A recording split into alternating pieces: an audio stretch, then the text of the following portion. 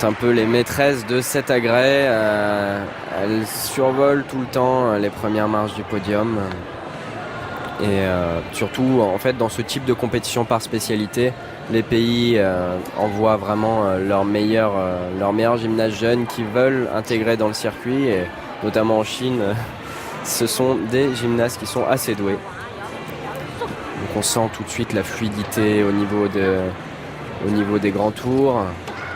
Beaucoup de dynamisme pour cette gymnaste. Une très belle ligne de jambes. Avec le grand tour sur un bras qu'on parlait tout à l'heure. Ouh, ça rattrape un peu juste. Elle envoie quand même le salto avant. Jambe écart qu'on appelle le Jaeger. Le passage à la petite barre. Le pied-main passé à la grande barre.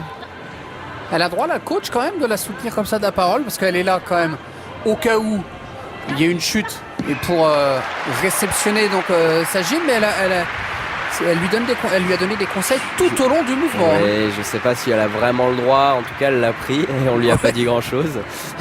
C'est vrai qu'il faut, même si la coach est à côté, au cas où il y a une chute pour la rattraper, il faut quand même rester assez discret parce que les juges sont juste derrière. Regardez, les juges sont juste derrière quand même, et là elle s'est quand même pas privée.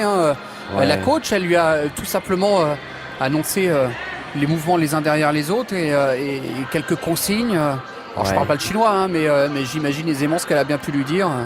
C'est une question d'habitude. Pense à tes procédures, etc., etc. On a vu aussi qu'il n'y avait pas la même coach pour les deux Chinoises qui sont passées au bar. Et celle-ci, je sais pas, elle a peut-être l'habitude de fonctionner comme ça. En tout cas, elle prend le droit de donner des conseils.